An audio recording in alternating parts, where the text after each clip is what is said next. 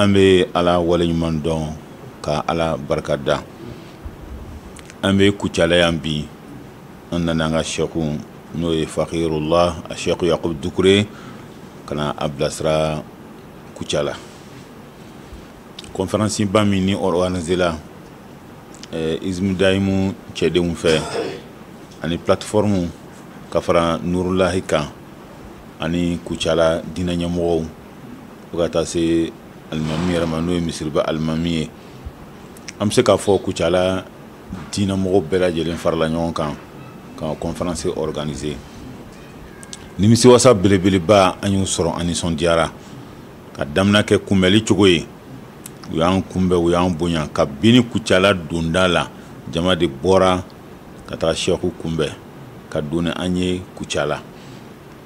Kabini an donna jama ma kɔtigɛ maaw bɛ kana ɲininkaliw kɛ bonya bɛ fan bɛɛ lajɛlen fɛ. Diinɛ ɲɛmɔgɔw yɛrɛ min ni olu bɛ ko in na u ma ɲinɛ an kɔ u ma mabɔ an na kuma bɛɛ lajɛlen u b'an kɛrɛfɛ u b'a fɛ k'a dɔn an mago bɛ mun na mun bɛ yen alhamdulillah. Conférence fana organiseli cogo a ɲɛna kosɛbɛ kosɛbɛ baara ɲɛna jama bɔra ayiwa an y'a sɔrɔ diinɛ ɲɛmɔgɔ caman bɛ kɛnɛ kan alimamiba yɛrɛ tun bɛ kɛnɛ kan ani alimami caman. Diinɛ ɲɛmɔgɔ minnu n'o ye association islamique président ye au conseil islamique limama fo ka taa se ayiwa amipima ninnu bɛɛ lajɛlen ka mɔgɔw tun bɛ kɛnɛ kan.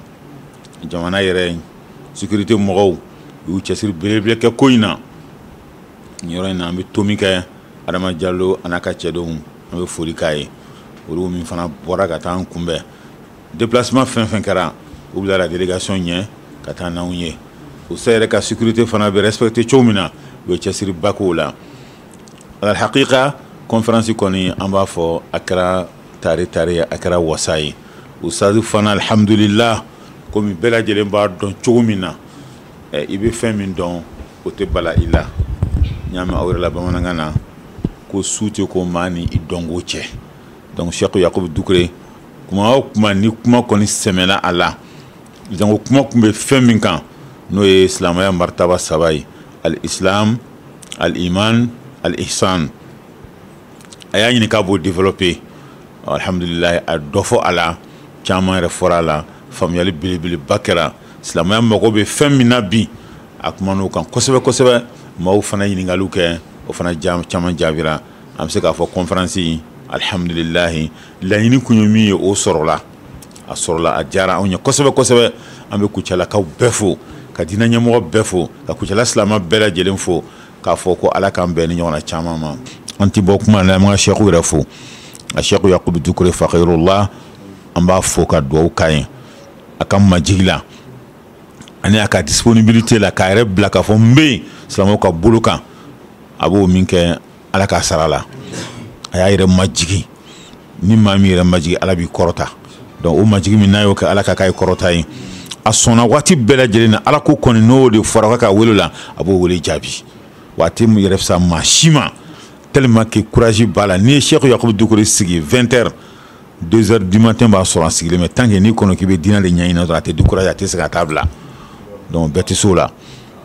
O la u nana kuma k'a bɛ ɲininkali kɛ a bɛ dayɛlɛ aw ye an bɛ dugawu kɛ kɛnɛya ala k'a d'a ma tija nafama ala k'a d'a ma a ka du ala ka barika don a la a bɛ ka cɛsiri min kɛ diinɛ na ala k'a kɛ jɔyɔrɔba ye sini ala k'an bɛɛ lajɛlen kanda k'an bɛɛ lajɛlen bila tiɲɛ sira kan ala ka ni ala subhanahu wa ta'ala cɛ dilan ala k'o kɛ ala yɛrɛ ka alaya kosɔn ani muhamadu kasum kosɔn sɔli ala muhamad. An bɛ ala fo k'ala barika da ka segin k'ale fo ni k'ale barika da ka i yɛrɛ fo ka tila ka jama bɛɛ fo ka Kucalaka bɛɛ fo. O tɛmɛnen kɔfɛ an bɛ tila ka foli di an ka sɛkuba yɛrɛ ma n'o ye a Sɛku Yakubu Dukure Fakirullah. Thème a ka wajulu kun bɛ thème min kan bi n'a ka conférence nafaba de bɛ a la. A nafa fɔlɔ ye mun ye o ye ka silamɛya yɛrɛ damaw kala ɲɔgɔn na k'an sɔgɔ ɲɔgɔn na parce que foyi ma gɛlɛ diɲɛ kɔnɔ bi ka tɛmɛ o kan. Yɔrɔ bɛɛ b'a kalama jamana ko bɛ cogo min na bɛɛ b'a kalama bi diɲɛ laban na diinɛ ko bɛ cogo min na bebi e ka fanfela de makara o nga ala ni ala kara barka ani sheko yɛrɛ barka ale yɛrɛ o desɔn min ta ala sɔnna Kucalakaw y'a lamɛn Mali y'a lamɛn diɲɛ y'a lamɛn bi o tamasiyɛn fɔlɔ ye mun ye a natɔ i y'a ye an bɔra ka taa kunbɛ diinɛ mɔgɔ bɛɛ kun bɛ yen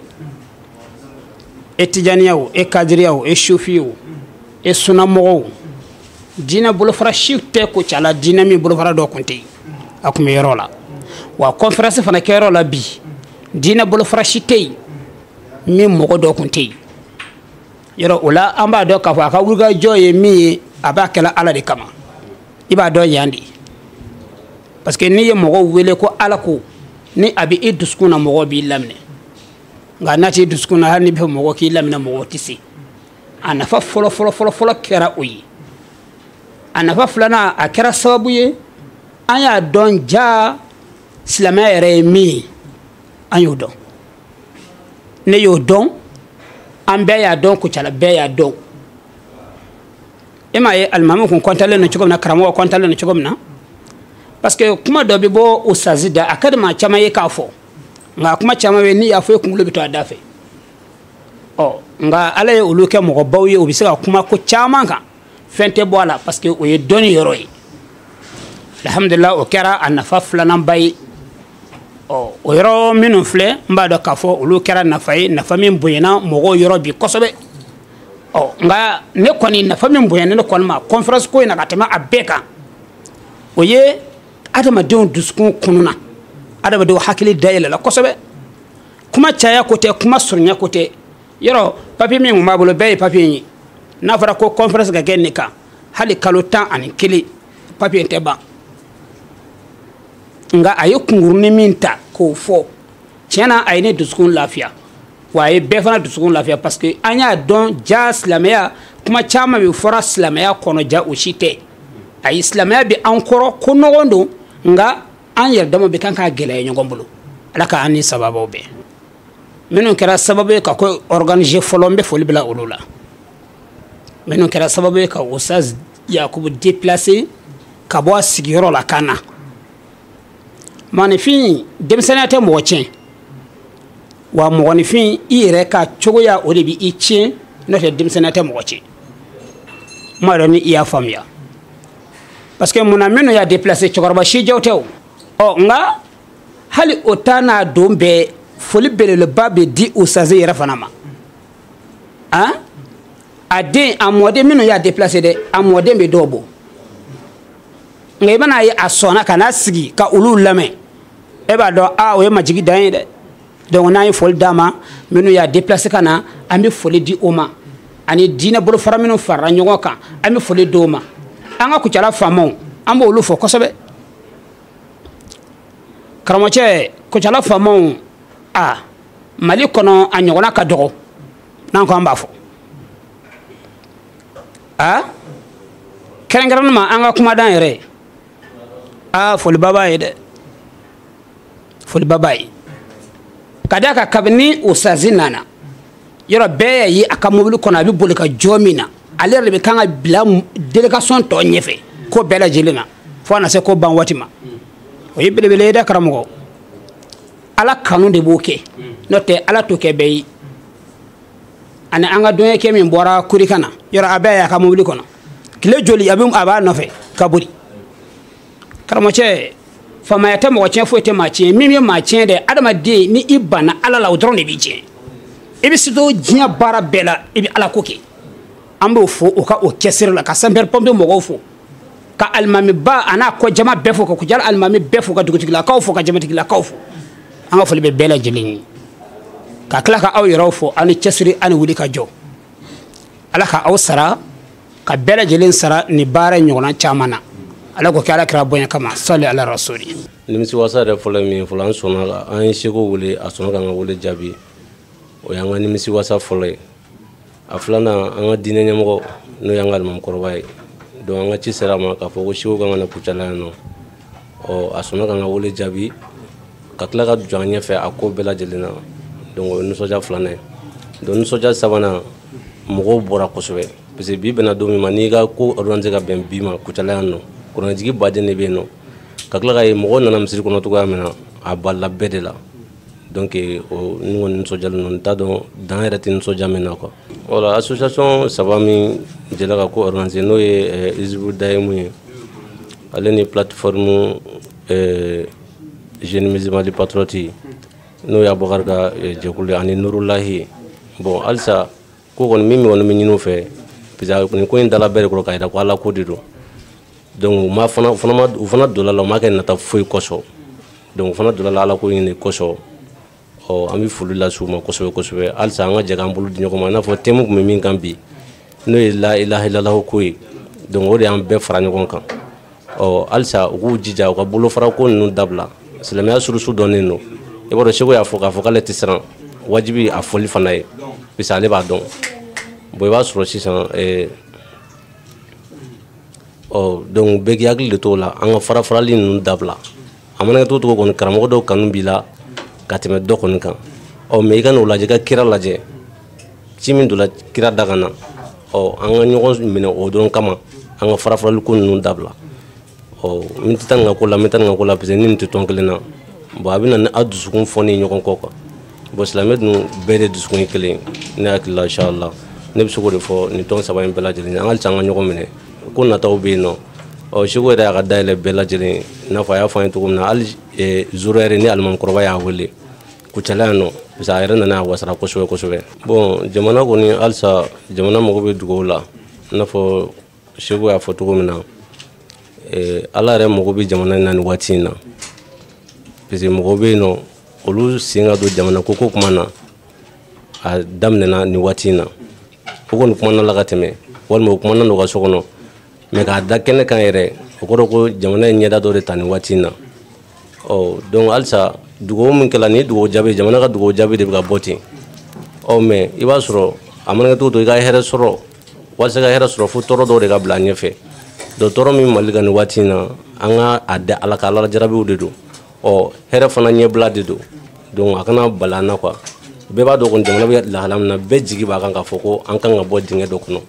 donc o dingɛ an ka bɔ o dingɛ kɔnɔ o ɲɛbila gɛlɛyaw an b'o de kɔnɔ ten an k'a ta ni Ala ye wa Ala b'an wasa fana inshallah